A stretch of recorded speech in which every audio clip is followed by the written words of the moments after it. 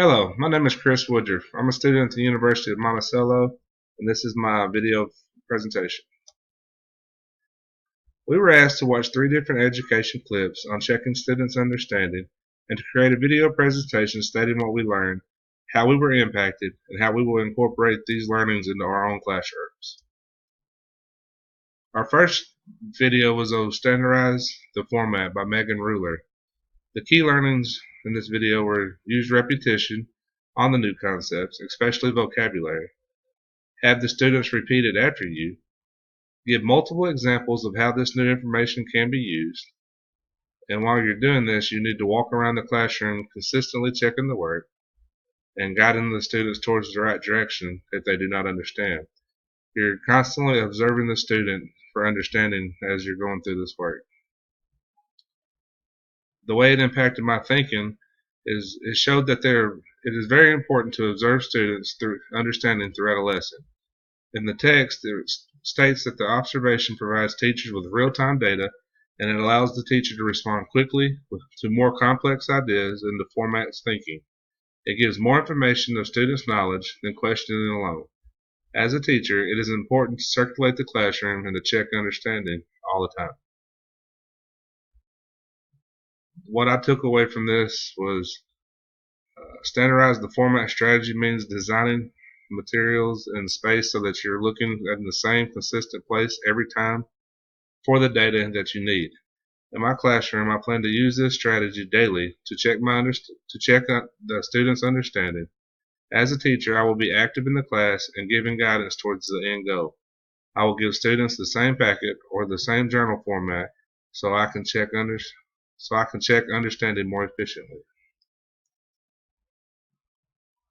The reflection on this was after watching this video featuring Miss Megan Ruler and reading chapter 1 and teaching like a champion, to standardize the format would be a very useful strategy in my classroom by streamlining information taught to be able to check understanding more quickly, and the observation is done every day with the students constantly. It provides useful data for understanding the understanding of the content and to determine what additional teaching may need to be done. I plan to be active in my class and provide guidance when needed. Repetition was also used by the teacher in the video. It's very important to use this strategy when teaching a new concept because it helps students to remember the concept and to store it into their long-term memory.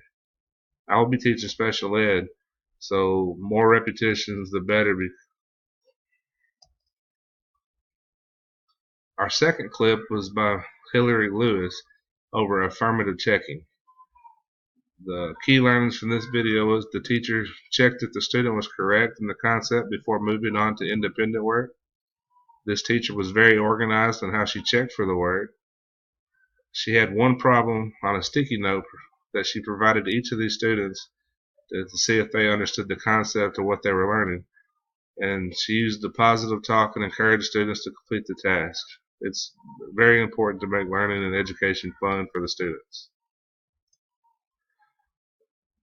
The way this affected my thinking was, according to the text, affirmative checking strategy is when the teacher insets specific points into the lesson when students must get confirmation that their work is correct, productive, and rigorous before moving on to the next stage.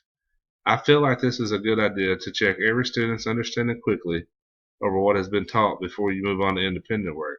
If a student does not understand it, or if a group of students do not understand it, then you'll know what to work on with them as the one-on-one or one-on small group, and you can reteach it as the students that did understand it move on to a assignment you had ready at hand. My take on this for I'm using my class is I plan to use this strategy in a couple of ways. The first way I want to use it is to check understanding at the end of a lesson to ensure that all the students know the objectives that were taught the day before we move on to independent work, just like they did in the video. But I also want to change the version of this strategy a little bit, and when we go to a new concept, I want to test their prior knowledge of this concept, and I'll give them a basic question on the content they're about to learn to see what the student already knows on the subject before we actually start the plan to determine a better starting point. So my reflection on this style of learning is this strategy is a great tool because it lets the teacher be consistently aware of how the students are doing and what concepts need more work. It is also very important to not let there be too much downtime while the teacher is checking work. In the video with Miss Lewis, she had a set procedures to cut down the wait time. I will also have procedures in place when I use this strategy to make it as quick as possible. I will use one simple problem or question to check, and then if the student is ready to move on, I will already have an assignment in place so I can work with the students who are having difficulty. I also like the use of sticky notes. Kids like it because it's different and it keeps it fun. In the video, she also acted like the sticky note was a movie ticket for the students, and they had to know it before they could move on to the next part of the lesson. This made the lesson more appealing to the students, and I feel like it is important to relate information in these ways to understand and to make learning fun. The no opt-out is, I really like this learning style. It calls on one student. It keeps the student responsible for the answer. It allows other students to provide hints and to help them, but they cannot answer it. The first student that was called out must be the one that gives the final answer, and it gives ample information to provide a good time for class discussion. The way it impacted my thinking was it is important to keep one student responsible for knowing the content. Others can help them, but they can only provide hints. The text states that the no opt-out strategy turns I don't know into success by ensuring that the students will not try or have difficulty answering the questions get it right.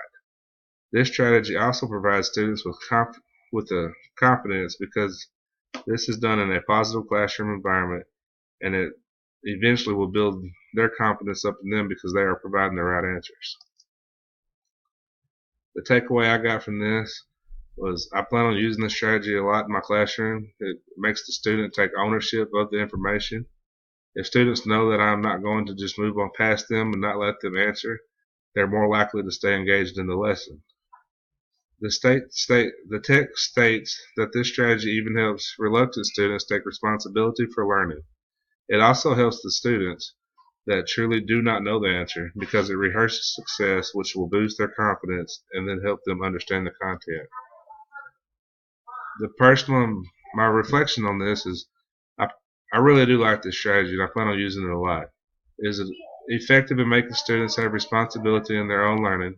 It also helps the students who truly do not know the answer get repetition and think about the correct answer. This will give the students confidence by giving the right answer repeatedly. It also helps the students who is shy know that she will have to give the answer at some point in time, so there's no beating around the bush. They're going to have to answer it. This strategy also provides students with problem solving by having to take the hints of others and the open classroom discussion, which increases learning. I plan on using this a lot in my class. These are the references I used to create this presentation, and I hope you enjoyed it. Thank you.